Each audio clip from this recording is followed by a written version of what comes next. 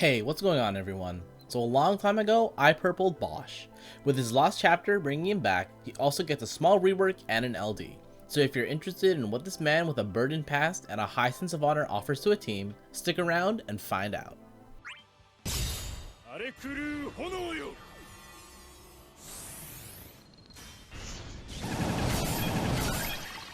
Basch is a tank through and through, with a decent amount of offensive potential. His tanking style is completely different from other tanks however, in that he doesn't protect the team directly from brave damage, but easily handles all forms of HP damage, as well as redirecting group HP damage to him. His skill 1 is Fulminating Darkness, 5 group hits that deal split HP damage. On all enemies it applies Lock, and onto Basch it applies 2 frame buffs. Kingdom Shield, which reduces his brave damage taken and redirects group HP attacks to him, and HP damage reduction. It also refunds Basch 30% of the HP damage dealt. His skill 2 is Ruin Impendant, 4 single target hits into an HP attack. It batteries the party by 20% of the HP damage dealt, and for Basch, it heals him by 50% of the damage dealt up to a limit. Also on Basch, it gives him another frame buff in Knight's Aptitude, which raises attack and max bravery.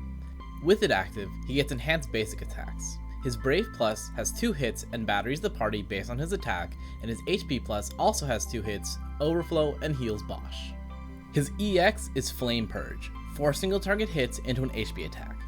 It grants Basch Dalmasca's Valiant, which raises party attack and max bravery.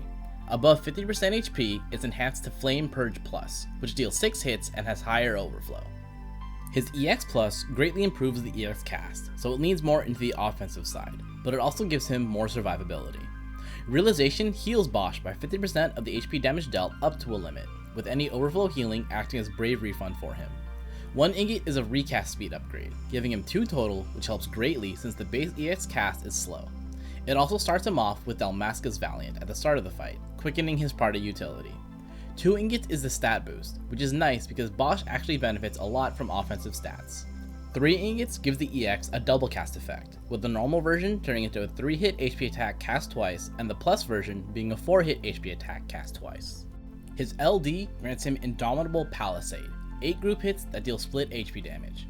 It refunds 30% of the HP damage dealt, as well as applying Lock, Kingdom Shield, and HP damage resist. It also gives him a new buff in Indomitable, which raises his attack, his overflow, and heals Basch up to 50% HP immediately after an enemy attack if it ever goes below it. And since his last stand passive activates at 50%, he more or less won't die aside from attacks that bypass the effect.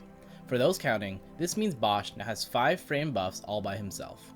The LD passive lets him start off with his Knight's Aptitude buff, so he no longer has to cast Ruin Impendant at the start of the fight for it. Furthermore, it also grants him further enhanced basic attacks, with both attacks getting more hits and battering the party either based on his attack or his HP damage dealt. Lastly, the LD passive also has a party aura for attack and max bravery. His LD extension came just the other month along with Terra's LD and Burst, and he did not get another rework, so here's what he has in store for him. The LD extension adds a group HP hit after the first 4 brave hits, and refunds 20% of the HP damage dealt going into the second set of attacks. It extends the 30% brave refund at the end of the cast to the whole party, and also heals the party based on the damage dealt up to a limit, with excess turned into battery. You may think that it's a weird choice, since Basch already locks and redirects HP damage to handle both single target and group damage, but there are apparently attacks that can bypass this, because of course they do. Furthermore, it also slightly extends Indomitable, as well as adding on brave damage up to the buff and batteries the other units based on their HP at the start of their turn. So Basch was one of the units I picked up on some tickets back at his launch and ended up enjoying. In the early days of Dimension's End, he ended up being a pretty key unit for some of those lower tiers back when they still felt difficult. It's a bit incorrect to say that Basch got weaker as time went on. It's more so that other tanks offered more general usability in fights. Zac got his EX Plus, and then Galoof got his, and then Snow after that. Zac and Snow are both very good at protecting their teammates and handling single target damage, while Galoof is still capable of cheesing a fight if the conditions are right. It takes a specific kind of fight to really have Basch's usability shine through, and I just didn't find myself in that kind of position where I needed it. With his LD now though, the fights where he does shine as a preferred tank are even more trivialized, since he no longer has to worry about dying as long as you keep Indomitable up when needed. Thanks to his LD, it's reasonable to say that Basch is the best tank in Global at this moment. He's mostly reliant on one thing, that his lock debuff has effective uptime. From there, while yes he shines against fights that focus on group HP damage, he really can handle anything.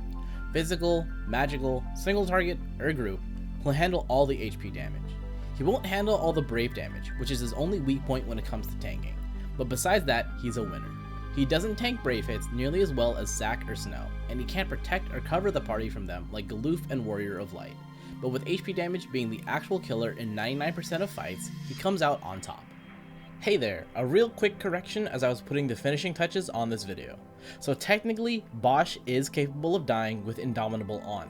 Unlike Snow and Zac, his brave damage reduction is not very strong, so a double hitting HP attack can technically kill him. The enemy's turn has to be over for Basch to recover back up to 50%, so if the first HP hit gets him low enough, a second HP hit within the same move will finish him off.